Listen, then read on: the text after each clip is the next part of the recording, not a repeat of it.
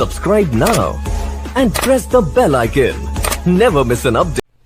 नमस्कार साथियों, क्रांतिकारी युग में आपका स्वागत है। मैं हूं प्रमोद और आप देख रहे हैं क्रांतिकारी युग। आज हमारा जो मेहमान आया है, स्पेशल मेहमान आया है जतिन कुमार जी, जो काफी कम उम्र के हैं, 12 साल के हैं और संविधान के बारे में काफी अध्ययन किए हैं। जतिन जी, आपका स्वागत है हमारे स्टूडियो में। Thank you. जैसे कि जतिन जी के बारे में बता दूं, संविधान के बारे में काफी इन्होंने अध्ययन किया। जतिन जी बताइए कि बाबा साहब अम्बेडकर जिन्होंने इस देश का संविधान लिखा, उनका प्रारंभिक जीवन कैसे था? डॉक्टर बी आर अम्बेडकर का जन्म 14 अप्रैल 1891 को महू मध्य प्रदेश में हुआ और उन्होंने अपनी पहली फिर वो सब उनके पापा रिटायर हो गए, फिर वो सब महाराष्ट्र चले गए। फिर वहां से उन्होंने अपनी प्रथम शिक्षा सतारा महाराष्ट्र में प्रताप सिंह हाई स्कूल सतारा महाराष्ट्र में प्राप्त की और उन्होंने प्रथम अपनी स्कूल दाखिला 7 नवंबर 1900 में ली। और उनके ऊपर बहुत अत्याचार होते थे उस समय, छुआछूत, नीची जात के हैं करके उन्हें स्कूल में पढ़ने नहीं दिया जाता था। दिया भी जाता था तो एकदम कोने में बैठाते थे और पानी नहीं पिए दिया जाता था। और फिर उन्होंने अपनी शिक्षा आगे जाकर मुंबई यूनिवर्सिटी ऑफ मुंबई में की, वहाँ उन्होंने एमए किए। उसके बाद फिर वो कोलंबिया यूनिवर्सिटी गए, वहाँ उन्होंने कई एमए किए और पीएचडी किए। और वो भारत से पहले थे जिन्होंने 2 पीएचडी किए थे। दूसरे के आर नारायणन थे जो बाबा साहब के ही शिष्य थे। के आर नारायण कौन थे? के आर नारायणन भारत के पूर्व राष्ट्रपति थे और बाबा साहब के शिष्य भी थे। बाबा साहब ने 31 विद्यार्थी पढ़ने के लिए बाहर भेजे थे। जैसे कि और आगे चलकर बाबा साहब ने जैसे कि पीएचडी की डिग्री, एमए की डिग्री प्राप्त की, उसके बाद क्या किए? उसके बाद एमएससी, डीएससी और कई degree, London school of economics में वो पढ़ाई की और अनेकों यूनिवर्सिटीज में पढ़ाई की। फिर वो भारत आकर सामाजिक और सुधार के लिए उन्होंने बहुत काम किया। पहले 25 दिसंबर 1927 में उन्होंने महाराष्ट्र में सबके सामने मनुस्मृति का दहन किया। मनुस्मृति क्या चीज है और उसका दहन क्यों किया गया? मनुस्मृति में ही वर्ण व्यवस्था, दलित पढ़ नहीं सकता, महिला पढ़ नहीं सकती, सती प्रथा, दलित मंदिर नहीं जा सकता, ये सब चीजें उसमें लिखी गई थी, जो इसलिए बाबा साहब ने उसको दहन किया। अच्छा, उसके बाद जब आगे थोड़ा और कुछ बताइए विस्तार से। उसके बाद पुणे पैक्ट के नाम से जाना जाता है। उसमें बाबा साहब ने एक रूल बनाना चाहते थे बाबा साहब, जिसमें वो दलितों को 2 वोट का अधिकार देना चाहते थे। पर एमके गांधी को ये पसंद नहीं था, वो नहीं चाहते थे कि दलित को 2 वोट का अधिकार मिले। इसलिए अंग्रेज भी ये मान गए थे कि दलित को 2 वोट का अधिकार मिलना चाहिए। उस समय अंग्रेजों की सरकार थी तो अंग्रेज मान गए थे, लेकिन एमके गांधी को मंजूर नहीं था। वो मंजूर क्यों नहीं था? क्योंकि वो नहीं चाहते थे कि दलित लोग आगे बढ़े, दलित लोग पढ़े। वो भी किसी न किसी प्रकार से मनुस्मृति का कुछ वो भी मानते थे, मनुस्मृति का पढ़ते थे। तो उसको आगे चलकर बाबा साहब अम्बेडकर और गांधी जी के बीच में क्या शर्त हुई? उसके बाद आगे चलकर महात्मा गांधी ने भूख हड़ताल किया। जेल में जब अंग्रेजों ने उन्हें जेल में डाल दिया, क्योंकि वो उसमें राजी नहीं थे, इसलिए उन्हें जेल में डाल दिया। तो उन्हें जेल में ही भूख हड़ताल किया, मैं यही मर जाऊंगा लेकिन वो उसको लागू नहीं होने दूंगा।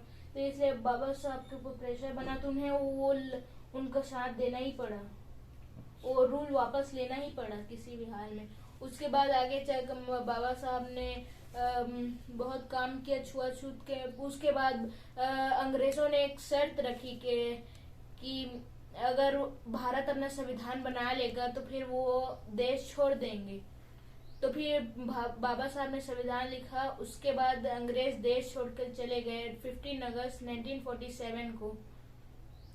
फिर उसी के बाद बाबा साहब ने संविधान लिखा और 26 नवंबर 1949 को वो बन के तैयार हुआ भारत का संविधान।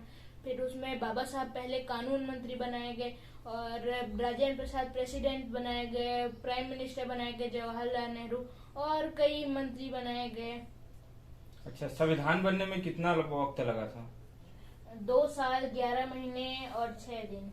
अच्छा, 8 दिन। कुछ आर्टिकल पता है आपको? हाँ पता है, बाबा साहब ने हमें संविधान में 6 मौलिक अधिकार दिए हैं। पहले 7 थे, लेकिन अभी 1978 के तहत वो 6 कर दिए गए। और पहला है राइट टू इक्वेलिटी, समानता का अधिकार, आर्टिकल 14 से 19 तक।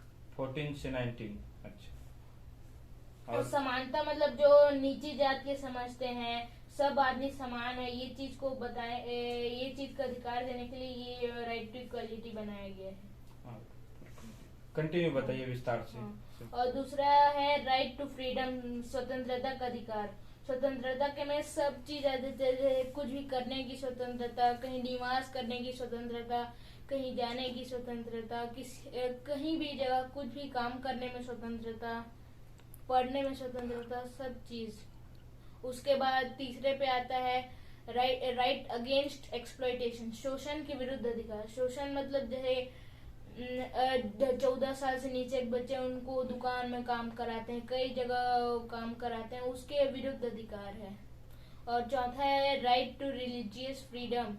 और रिलीजियस फ्रीडम मतलब धार्मिक स्वतंत्रता का अधिकार। उसमें धार्मिक जो है कोई भी धर्म का आदमी दूसरे धर्म में जा सकता है, दूसरे धर्म से ये वाले में आ सकता है। कोई भी दूसरे धर्म का आदमी दूसरे भगवान को मान सकता है, कोई भी ईश्वर को मान सकता है, कोई भी कहीं भी मस्जिद में जा सकता है, मंदिर में जा सकता है, कहीं भी जा सकता है। वो सबका उसमें धार्मिक के अधिकार है। उसके बाद आता है cultural and educational related rights, सांस्कृतिक और शिक्षा के रिलेटेड राइट्स हैं। उसके बाद छठवें पे आता है राइट टू कॉन्स्टिट्यूशनल रेमेडी, संविधानिक उपचारों का अधिकार। और 7वां फंडामेंटल राइट दिया था, पर 1978 के तहत वो उसको हटा दिया गया। उसमें राइट टू प्रॉपर्टी था, पर वो अभी हटा दिया गया है।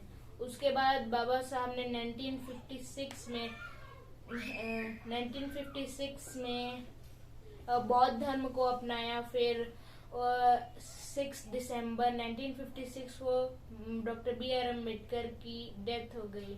बौद्ध धर्म को अपनाने का क्या कारण था बाबा साहब अम्बेडकर ने? क्योंकि उन्होंने देखा वो जिस धर्म में थे उस धर्म में इतना जातिवाद है, इतना धर्मवादी धार्मिक के तरफ बहुत है, इसलिए। और उन्होंने बौद्ध धर्म में देखा वहाँ कुछ वैसे नहीं है।